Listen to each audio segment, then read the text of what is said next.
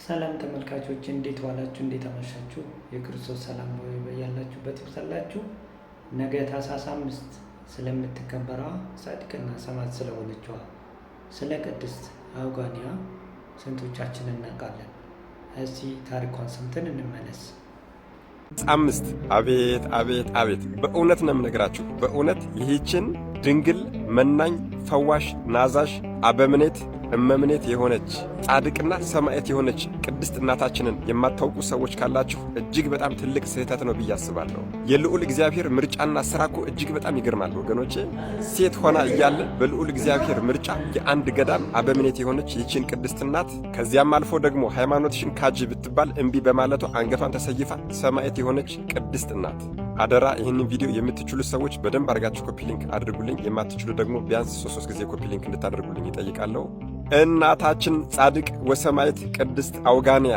ይህቺ ቅድስት እናት በእውነት ስም አጠራሯ የከበረና የከበደ ነው። ዜና ሕይወቷ ሲሰማ በእውነት ጣዕመ ነፍስን ያድላል ያድሳልና እኔ ወራዳውና ኃጢአተኛው ልጇ በፈጣሪ ረዳትነት ልጀምር፣ እናንተም ደግሞ በልዑል እግዚአብሔር አጋዥነት ተከተሉኝ።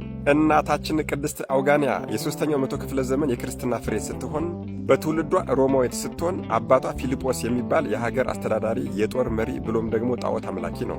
እናቷ ደግሞ ክርስቲያን ነበረችና የክርስትና ሕይወትን ጥንቅቅ አድርጋ እያስተማረች በድብቅ አሳደገቻት። ይህቺ ቅድስት እናት ምንም እንኳን ክርስትናዋን በድብቅ እያስኬደች የክርስትና ጥምቀትን ባታገኝም እንኳን ጾምና ጸሎትን ትዕግስትና ትሕትናን የተሞላች ደግ ወጣት ሆነች።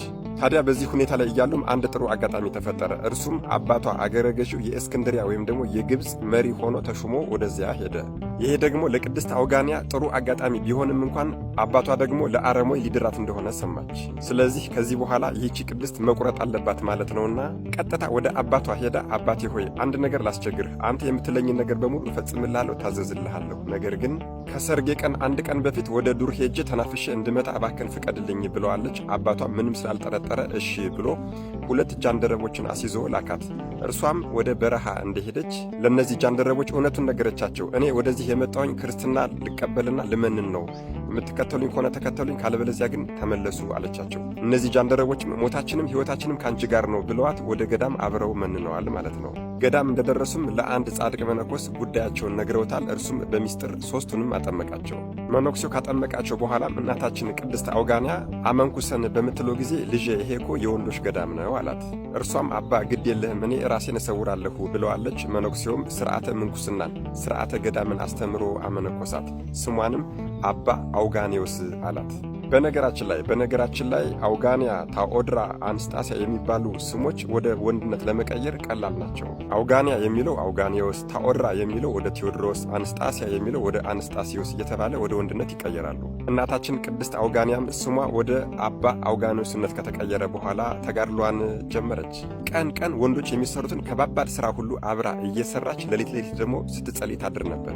ለተወሰኑ ዓመታት የመጡባትን ፈተናዎች እየታገሰች በእንደዚህ ሁኔታ ከኖረች በኋላ የገዳሙ አበምኔት በማረፋቸው መነኮሳቱን የሚመራና የሚናዝዝ ገዳሙንም የሚያስተዳድር አበምኔት ለመምረጥ ሁሉም መነኮሳት ሱባኤ ይገባሉ። እጅግ በጣም የሚገርመው ነገር ግን ከሱባኤ ሲወጡ ሁሉም በመንፈስ ቅዱስ የተጠቆሙት ሰው አንድ ሰው ነበረ። እሱም እናታችን ቅድስት አውጋንያ ወይም ደግሞ አባ አውጋኔዎስ የተባለችው ነበረች። እርሷ እጅግ በጣም ደንግጣለች። ምክንያቱም ሴትነቷን ሚስጥሯን ታውቅ ነበረ። ነገር ግን ምርጫው የመንፈስ ቅዱስ ነበረ። ምንም ማድረግ አይቻልም። አዎ ምርጫው የመንፈስ ቅዱስ ስለነበረ በእነዚያ ሁሉ መነኮሳት ላይ እረኛ የመነኮሳትም አበምኔት አድርገው ሾሟት። በእርግጥ እርሷ ሴት በዚያም ላይ ደግሞ ወጣት ነበረች። ነገር ግን ፍጹም የሆነች የክርስቶስ ወዳጅ ነበረችና በፍጹም ትጋት መነኮሳቱን አስተዳደረች። ጸጋውም ደግሞ ቢበዛላት በሕሙማን ላይ በጸሎቷ እጇን እየጫነች ትፈውሳቸው ነበረ። ሙታንን ሁሉ ታስነሳ ነበር። በዚህም የተነሳ ስም አጠራሯ ከገዳሙ አልፎ ወደ ከተማ በመሰማቱ ከከተማ የታመሙ ሰዎች እየመጡ ከእርሷ ጋር ይፈወሱ ጀመር። ከዕለታት አንድ ቀን ግን ያልተጠበቀ ፈተና መጣባት።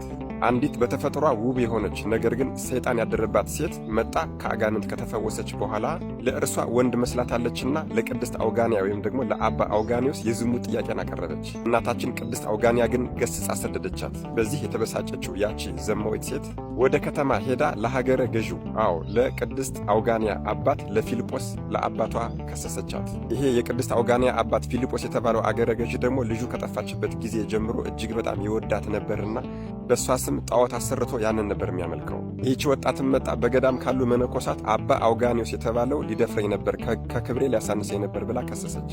በዚህ የተበሳጨው መኮንኑም ገዳሙ እንዲበዘበር መነኮሳቱም እንዲታሰሩና እንዲገረፉ አዘዘ። በግርፋቱ ጽናት የተነሳም ብዙ መነኮሳት ሰማዕትነትን ተቀበሉ።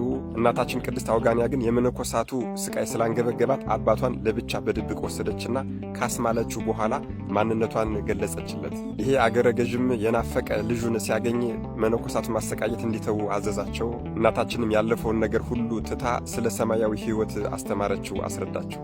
በስሟ የተቀረጸውን ጣዖትም ሰባብራ ጥላ ክርስትና እንዲጠመቅ አደረገችው። እርሱም መንኖ የብቃት ደረጃ ላይ እስከሚደርስ ድረስ የተጋደለ ቅዱስ ሰው ሆነ።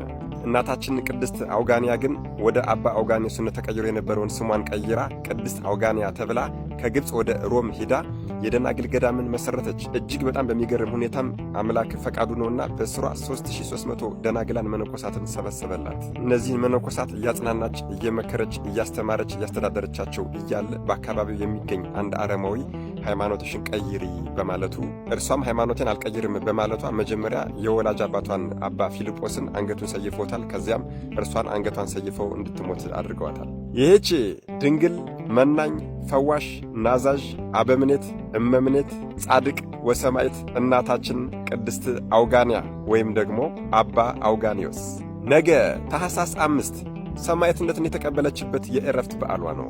አደራ ኮፒ ሊንክ ማድረግ እንዳይረሳ ጠይቃለሁ። መድኃኔዓለም ኢየሱስ ክርስቶስ ከጻድቅ ወሰማዕት ከእናታችን ከቅድስት አውጋንያ ረድኤት፣ በረከት፣ ምልጃ፣ ቃል ኪዳን፣ ፍቅር አይለየን። አሜን። ይቆየን።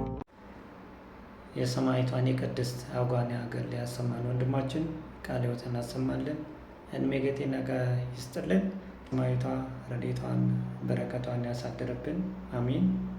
ውድ ተመልካቾቼ ቻናሉን ሰብስክራይብ በማድረግ ቤተሰብ መሆናችሁን እንዳትረሱ። ሰላም እግዚአብሔር ከሁላችን ጋር ይሁን። በያላችሁበት ሰላም ሁኑ። በሌላ መርሃ ግብር እስከምንገናኝ እግዚአብሔር ከሁላችን ጋር ይሁን። ሰላም ቆዩ።